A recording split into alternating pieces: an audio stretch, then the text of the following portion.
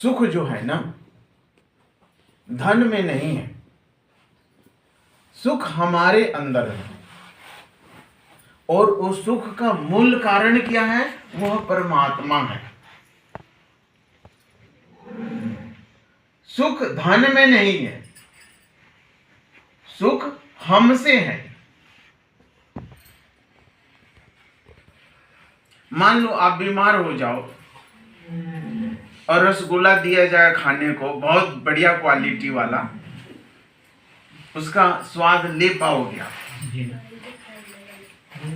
इसका मतलब क्या हुआ? इसका मतलब हुआ कि रसगुल्ले में सुख नहीं है। सुख हम पर निर्भर करता है कि हमारी अवस्था क्या हो। मान लो बहुत लड़ाई झगड़ा हुआ, या कोई रिश्तेदारी में जो अपना बहुत नजदीक का प्रेमी था चल बसा, और उस समय आपको बहुत बढ़िया कोई मिष्टान दे, तो लगेगा स्वाद उसमें? नहीं लगेगा ना, क्योंकि मन दुखी है। तो सुख का संबंध मन से है, न कि संसार के पदार्थों से। हाँ? कपड़ा बहुत अच्छे अच्छे पहन लो, हाँ?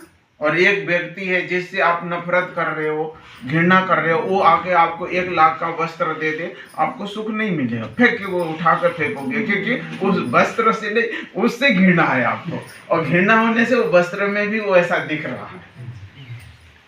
तो इसका मतलब है सुख का संबंध हमसे है, संसार की वस्तुओं से नहीं है।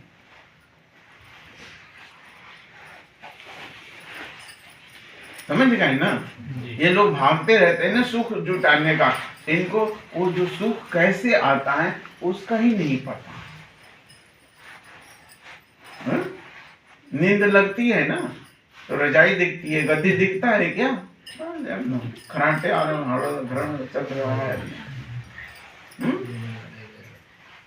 भूख लगती है तो लाओ जो कुछ भी हो, बोलते हो ना, जो कुछ भी हो लाओ, जहर भी है तो ला दो।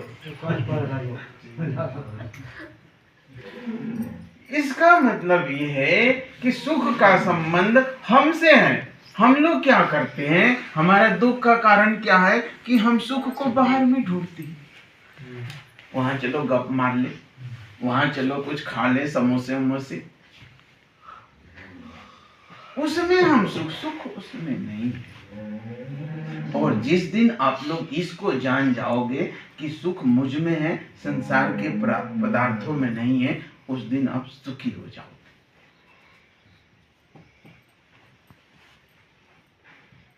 और अध्यात्म इसी को कहता है कि इसी को जानो, अपने को जान लो। सुख कहां से है, दुख कहां से है? अपने को जान लो। अपने को जान लोगे सुखी रहोगे, और अपने को नहीं जानोगे दुखी रहोगे। तो एक ही एक, वो बोलते हैं ना, क्या कहते हैं उसको, 100 बीमारियों की एक दवा, समझे ना? तो एक जान, अपने को जान गए ना, अपने स्वभाव को जान गए, अपने मन को जान गए, तो अब संसार में सुख नहीं ढूंढोगे, क्योंकि संसार में सुख है नहीं। ये भ्रम बस हम संसार में सुख ढूंढ रहे हैं। हम लोग सब उस ईश्वर का ही अंश हैं, ईश्वर ही है। पिछले वाला प्रवचन मेरा सुना होगा, आज का सुना होगा। आज का सुना किसी ने? नहीं सुना। हम वही ब्रह्म ही हैं। हम हाड़ मांस का नहीं है, हम मरने वाले नहीं हैं, हम कभी मरे नहीं थे। मरता तो शरीर है, मरता शरीर है, मैं कभी नहीं मरता हूं। इसी को जान।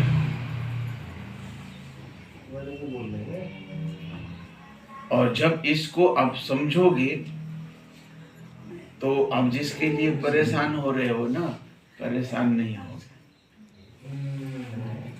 समर्पण का क्या अर्थ होता है?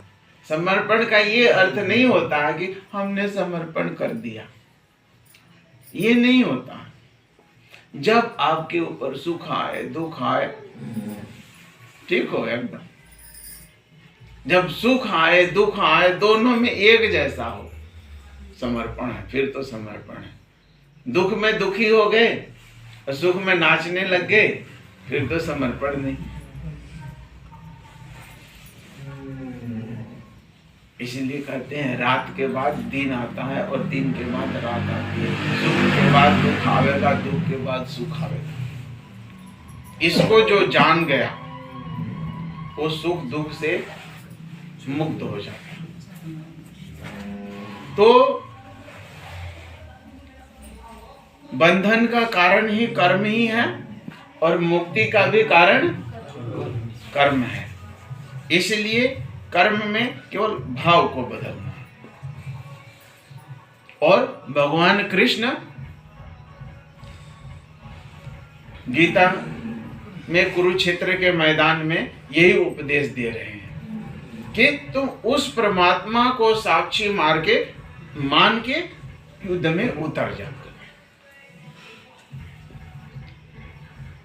और जितने भी कर्म हम करते हैं, जो कुछ भी कर्म करते हैं, संसारिक कर्म करते हैं या भजन करते हैं,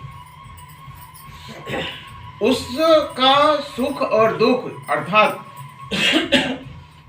उसका जो फल है वो हमारे हाथ में नहीं है। बोले भजन कर रहे हैं ना, इतने सालों से भजन कर रहे हैं, कुछ लोग बोलते हैं क्या हुआ, बहुत कुछ हुआ, लेकिन आप जैसे सोच रहे हो वैसे नहीं होगा। उसका फल तो हो रहा है, चल रहा है। सोई जानहु जेहि देहि जनाई, जानत तुम्हि होई जाई। कहते हैं कि वो परमात्मा जिसको जनाना चाहते हैं उसको ही जना देते हैं, और जब उसको जना देते हैं ना तो खुद परमात्मा ही हो जाता है। इसलिए भजन करने से आपको वह स्थिति आ जाएगी, कोई जरूरी नहीं है जब तक वो नहीं चाह रहे हैं। और वो कब चाहेंगे, जब उनके अनुसार आपका कार्य हो रहा, उनके अनुसार आपका कार्य हो रहा। इसलिए एक बहुत सुंदर सा दृष्टांत उसमें आता है कृष्ण बाल लीला में। यशोदा जी, माता यशोदा कृष्ण को बांधना चाह रही है, और जिस रस्सी से वो बांधती है वो रस्सी बार बार छोटी पड़ जा रही है, और रस्सी छोटी पड़ जा रही है, और बांधते बांधते वो परेशान हो जा रही है। क्या है ये भी एक बवाल है, बोलते हो ना आप लोग, बवाल है।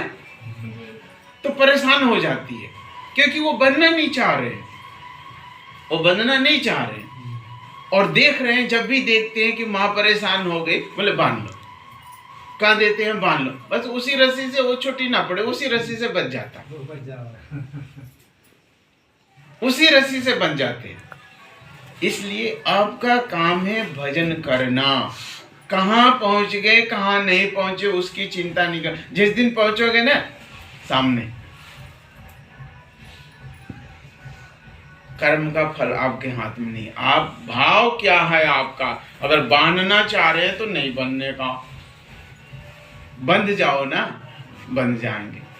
बोलो ना, बंध जाओ ना, आ जाओ ना, आ जाएंगे। आना ही होगा, बुलाते रहो फिर, हैं? आना ही होगा, फिर बुलाते रहो, आने के नहीं।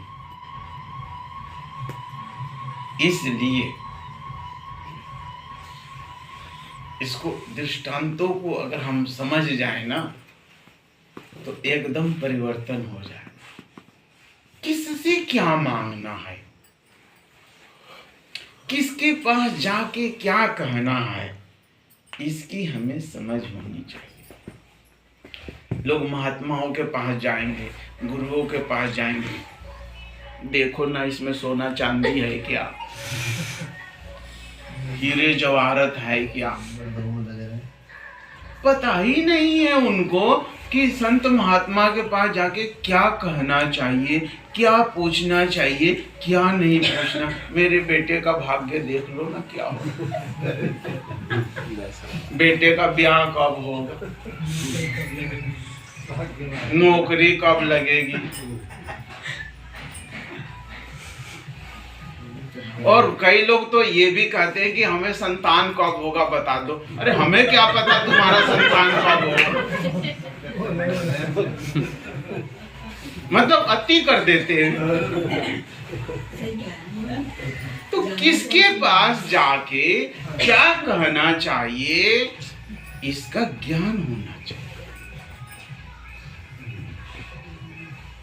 और इसका ज्ञान नहीं होता है तो हम उसका लाभ नहीं उठा पाते हैं, बल्कि हमारा जीवन खतरे में पड़ जाता है।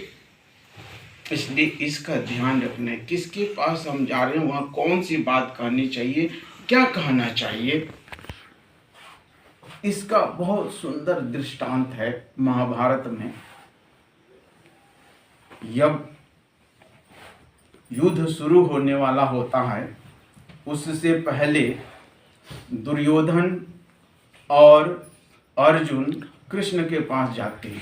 अर्जुन पहले चला जाता है, दुर्योधन बाद में जाता है। तो कृष्ण सोए हुए होते हैं। जब उनकी आंख खुलती है तो वो अर्जुन को ही देखते हैं और पूछते हैं कैसे आए, क्या हो।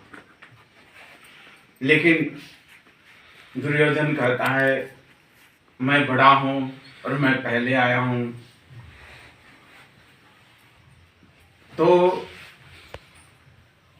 दोनों ही कुछ मांगने के लिए वहां पहुंचे हुए थे। तो कृष्ण कहते हैं कि मेरे पास दो चीजें हैं, एक तो मेरी सेना है और एक मैं स्वयं हूं।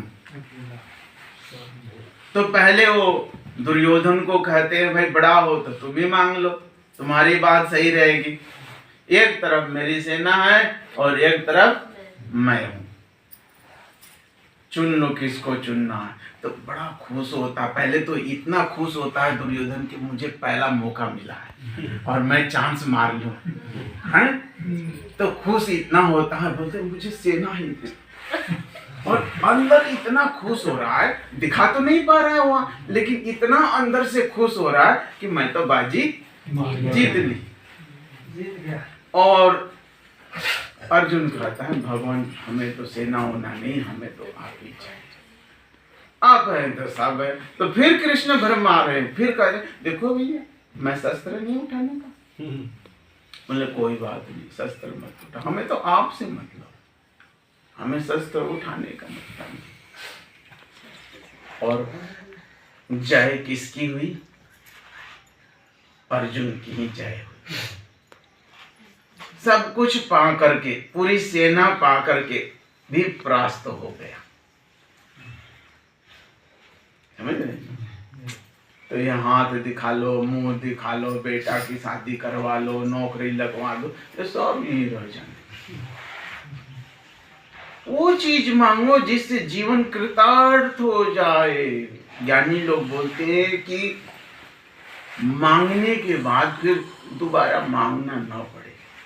ऐसी मांगो कि एक बार मांगने के बाद दोबारा मांगने की जरूरत न हो।